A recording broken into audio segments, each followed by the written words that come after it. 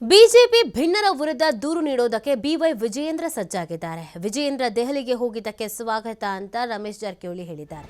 ನಾನೇನು ಮಾಡೋಕ್ಕಾಗಲ್ಲ, ಮಾತಾಡಲು ಹೋಗಲ್ಲ. ನಮ್ಮ ಟೀಮ್ ಲೀಡರ್ ಲಿಂಬಾವಳಿ ಅವರನ್ನು ಕೇಳಿ.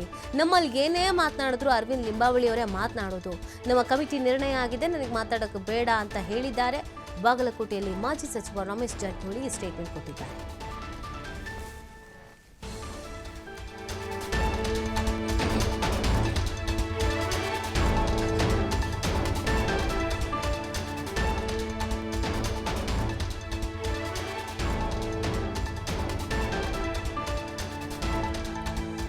ಬಾಗಲಕೋಟೆಯಲ್ಲಿ ಮಾಜಿ ಸಚಿವ ರಮೇಶ್ ಜಾರಕಿಹೊಳಿ ಈ ಸ್ಟೇಟ್ಮೆಂಟನ್ನು ಕೊಟ್ಟಿರೋದು.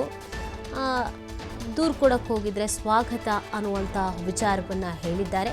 ಜೊತೆಗೆ ಈ ಬೆಳವಣಿಗೆಗಳ ಬಗ್ಗೆ ನಾನೇನು ಮಾತಾಡೋಕ್ಕೆ ಹೋಗಲ್ಲ, ನಮ್ಮ ಲೀಡರ್ ಲಿಂಬಾವಳಿ ಅವ್ರನ್ನ ಕೇಳಿ ಅಂತ ಹೇಳಿದ್ದಾರೆ. ಅವರ ಒಂದು ಟೀಮ್ ಏನಿದೆ, ಭಿನ್ನರ ಟೀಮ್ ಅಂತ ಏನು ಕರೆಸ್ಕೊಳ್ತಾ ಇದೆ, ಅದರಲ್ಲೂ ನಿರ್ಣಯಕ್ಕೆ ಬಂದಿದ್ದಾರಂತೆ. ಯಾರು ಏನೇ ಕೇಳಿದ್ರು ಅಥವಾ ಏನೇ ಮಾತಾಡೋದಾದ್ರೂ ಅರವಿಂದ್ ಲಿಂಬಾವಳಿ ಅವರೇ ಮಾತಾಡಬೇಕು ಅಂತ ರಮೇಶ್ ಜಾರಕಿಹೊಳಿ ಅವರಿಗೆ ನೀವು ಮಾತಾಡೋಕ್ಕೆ ಹೋಗಬೇಡಿ ಅಂತ ಹೇಳಿದ್ದಾರಂತೆ. ಅದನ್ನೇ ಅವ್ರು ಹೇಳಿದ್ದಾರೆ.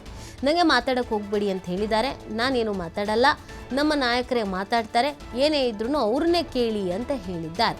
ವಿಜಯೇಂದ್ರ ದೆಹಲಿಗೆ ಹೋಗಿ ಕಂಪ್ಲೇಂಟ್ ಕೊಟ್ಟಿರೋ ವಿಚಾರಕ್ಕೆ ಸ್ವಾಗತ ಅಂತ ಹೇಳಿ ಮುಂದಿನ ಯಾವುದೇ ವಿಚಾರಗಳ ಬಗ್ಗೆ ನಾನು ಮಾತಾಡಲ್ಲ, ನಮ್ಮ ಲೀಡರ್ ಇದ್ದಾರೆ, ನಮ್ಮ ಲೀಡರ್ ಹತ್ರನೇ ಮಾತಾಡಿ, ಅವ್ರು ಏನು ಹೇಳ್ತಾರೆ ಅದನ್ನು ಕೇಳಿಸ್ಕೊಳ್ಳಿ, ನಂಗೆ ಮಾತಾಡ್ಬಿಡಿ ಅಂತ ಹೇಳಿದ್ದಾರೆ, ನಾನು ಮಾತಾಡಲ್ಲ ಅಂತ ಹೇಳಿದ್ದಾರೆ.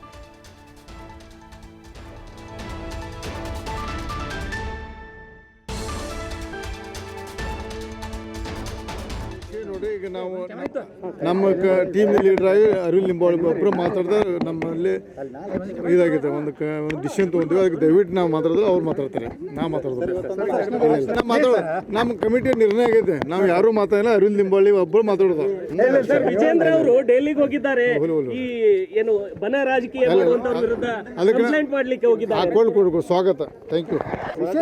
ನಾವು ವಿಷಯ ನೋಡಿ, ಈಗ ನಾವು ನಮ್ಮ ಟೀಮ್ ಲೀಡರ್ ಆಗಿ ಅರವಿಂದ್ ಲಿಂಬಾವಳಿ ಒಬ್ಬರು ಮಾತಾಡಿದ್ರೆ ನಮ್ಮಲ್ಲಿ ಇದಾಗಿದೆ, ಒಂದು ಡಿಸಿಷನ್ ತೊಗೊಂತೀವಿ. ಅದಕ್ಕೆ ದಯವಿಟ್ಟು ನಾವು ಮಾತಾಡಿದ್ರೆ ಅವ್ರು ಮಾತಾಡ್ತಾರೆ, ನಾವು ಮಾತಾಡೋದು. ನಮ್ಮ ಕಮಿಟಿ ನಿರ್ಣಯ ಆಗೈತೆ.